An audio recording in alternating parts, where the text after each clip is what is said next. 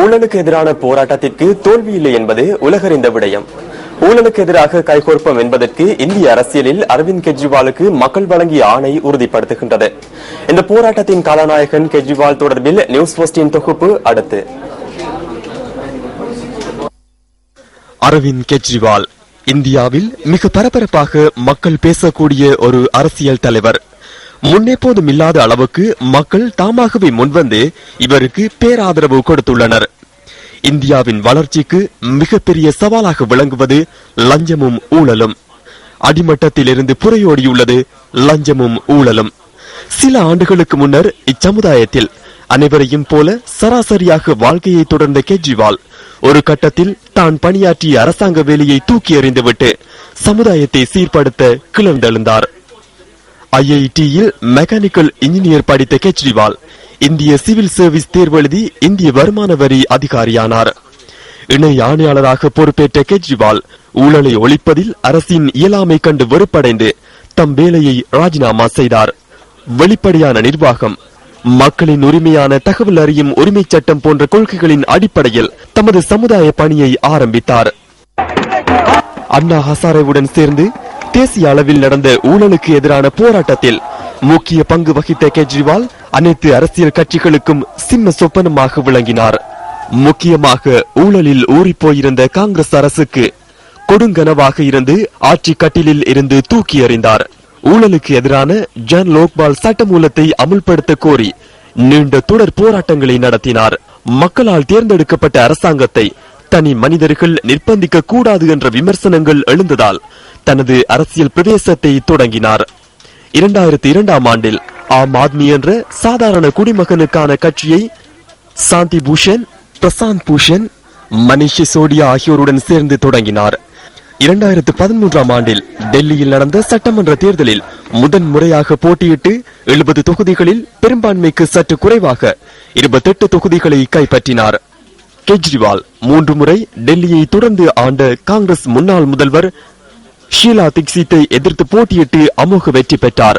ஆட்சிக்கு வந்தவுடனேயே 50% மின்சார கட்டணத்தை குறைத்தது, இலவசமாக வீடொன்றுக்கு 650 லிட்டர் குடிநீர் விநியோகம், ஊழல் புரிந்தவர்களுக்கு கடுமையான தண்டனை போன்ற திட்டங்கள் மக்களை சந்தோஷமாக்கிய போதிலும் அரசியல்வாதிகளை அதிர்ச்சிக்குள்ளாக்கியது.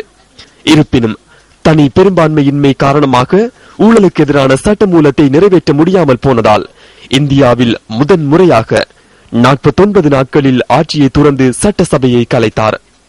தற்போது நடைபெற்ற தேர்தலில் 70 தொகுதிகளில் 67 கைப்பற்றி மத்தியில் ஆளும் பாரதிய ஜனதா கட்சிக்கும் ஏற்கனவே ஆண்ட காங்கிரஸ் கட்சிக்கும் மரண அடி கொடுத்தார். இந்தியா முழுக்க மக்கள் பாரதிய ஜனதா அரசு மேல ஒரு மிகப்பெரிய அதிருப்தியில் இருக்கிறாங்க. காரணம், இந்த அரசு அதுக்கு முந்தைய காங்கிரஸ் அரசு செய்த அதே தவறுகளை இன்னும் பல மடங்கு பெரிதாக செய்து கொண்டிருக்கிறது. அவர்கள் கொண்டு வந்த மக்கள் விரோத திட்டங்கள், இந்திய நலன்களுக்கு காவு கொடுப்பது, இந்திய மக்களை காட்டிக் கொடுப்பது, இப்படிப்பட்ட நடவடிக்கைகளில் ஈடுபட்டதால் மக்கள் காங்கிரஸ் கட்சியின் மீதும் பாரதிய ஜனதா கட்சியின் மீதும் கடுமையான ஒரு கோபத்துல இருக்கக்கூடிய சூழல்ல இந்த தேர்தல் வரும்போது மக்கள் 2 கட்சிகளையும் முழுக்க முழுக்க நிராகரித்து இப்படி ஒரு தீர்ப்பு வழங்கியிருக்கிறாங்க.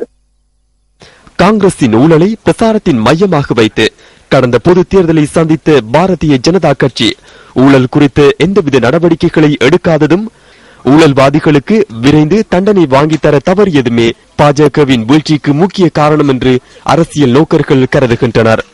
உலகெங்கிலும் உள்ள இந்திய கருப்பு பணத்தை வெளிக்கொணர்வோம் என்று வாய்க்கிளிய கர்ஜித்த மோடிக்கு இது ஒரு சம்மட்டி அடி.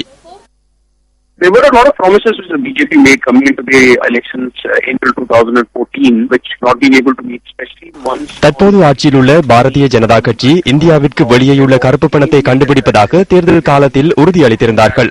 ஆனாலும் அதற்கான நடவடிக்கைகள் எதுவும் உரிய முறையில் முன்னெடுக்கப்படவில்லை. ஊழல் மோசடிகளை வெளிக்கொண்டு வருவது மக்களின் தேவையாக இருந்தது. அதை அரசாங்கம் முன்னெடுக்க தவறியதன் பலனாகவே ஆம் ஆத்மி கட்சி டெல்லி தேர்தலில் வெற்றி பெற்றுள்ளது. On the ground feel has been done in terms of removing the rampant corruption in everyday life, and that perhaps is one of the reasons why there is disenchantment. That could be one of the big reasons for the result the way it has come in Delhi. இந்த தேர்தல் முடிவு இந்தியாவில் உள்ள 26 மாநிலங்களுக்கு மட்டுமல்ல, இலங்கைக்கும் பொருந்தும். கடாபியை போன்று மன்னர் போல் வாழ்ந்த மஹிந்த மற்றும் அவரது சகாக்களின் ஊழலை மையமாக வைத்து தேர்தலை எதிர்கொண்டு வெற்றி பெற்ற ரணிலின் புதிய அரசு ஊழலுக்கு எதிராக எடுத்த தாமதமான நடவடிக்கைகள் நாம் அனைவரும் அறிந்ததே. ஊழல்வாதிகள் சுதந்திரமாக நாட்டில் சுகபோகத்துடன் வாழ்வதும், ரணிலின் அரசு கைகட்டி கண்பொத்தி வேடிக்கை பார்ப்பதும் மோடிக்கு டெல்லியில் ஏற்பட்ட கதியை நமக்கு நினைவுபடுத்துகின்றது. இன்று அரசியல்வாதிகளுக்கு மாத்திரம்தான் இந்த தகுதியும் தேவையில்லை. ஒரு அமைச்சருக்கு தேத்தனி கொடுப்பவன் ஒரு சாதாரண கணிதம் ஓலவெளியிலே சாதாரண தரத்திலே பாஸ் பண்ணி இருக்க வேண்டும். ஆனால் அந்த அமைச்சர் ஓலவெல் ஃபெயிலாக இருந்தாலும் பரவாயில்லை என்ற ஒரு நிலைமை காணப்படுகிறதால் தான் லஞ்சம் ஊழல் அதிகரித்திருக்கிறது. இந்த அரசாங்கம் லஞ்ச ஊழலை எதிர்ப்பதாக தான் இந்த அரசாங்கம் பதவிக்கு வந்தது.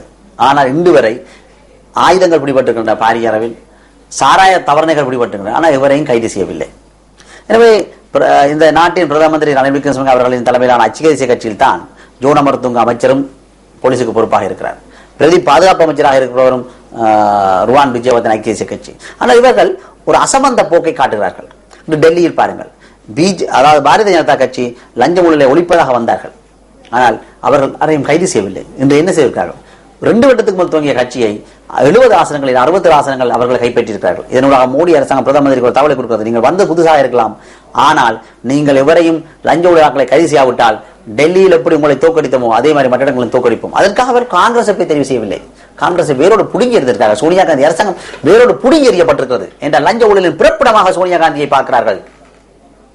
அதே மாதிரி தான் இலங்கையிலும் இந்த அரசாங்கம் ஒரு ஜனநாயக முறையிலே தமிழ் பேசும் மக்களால் தெரிவு செய்யப்பட்ட அரசாங்கம்.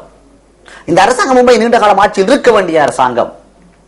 இந்த அரசாங்கம் ஆட்சியில் இருக்க வேண்டும் என்றால் இந்த லஞ்ச ஊழலில் ஈடுபட்டவர்கள் நிச்சயமாக கைது செய்யப்பட வேண்டும். முந்தைய ஐக்கிய தேசிய கட்சியில் களவெடுத்தவர் என்று மஹிந்த ராஜபக்ச அரசாங்கம் கூறிய பொழுது 18 பேர் ஐக்கிய தேசிய கட்சியை விட்டு அங்கு சென்றிருந்தார்கள். இன்று இந்த அரசாங்கத்தில் கள்ளம் என்கின்ற பொழுது அவர்கள் ஐக்கிய தேசிய கட்சி பக்கம் தாவ வருகிறார்கள். தாவி விட்டார். பல லஞ்ச ஊழலில் ஈடுபட்டவர்கள் தாவி விட்டார்கள். இதனால் தான் தாமதம் ஏற்படுகிறது. இதற்கு உரிய பதில் வராவிட்டால் டெல்லியில் நடந்த மாதிரி புதிய ஒரு சக்தியோடு உருவாகும் ஒரு நிலைமை இலங்கையிலும் மாறலாம். எனவே ஐக்கிய தேசிய கட்சியின் பிரதம மந்திரி அவர்கள் ரணில் விக்ரமசிங்கே அவர்கள் லஞ்ச ஊழலை ஒழிப்பதில் அசம்பந்த போக்கை விட்டு தீவிரமான நடவடிக்கையில் ஈடுபடுவதை விட்டால் டெல்லியில் பாரதிய ஜனதா கட்சிக்கு நடந்ததுதான் இலங்கையிலும் நடக்கும்.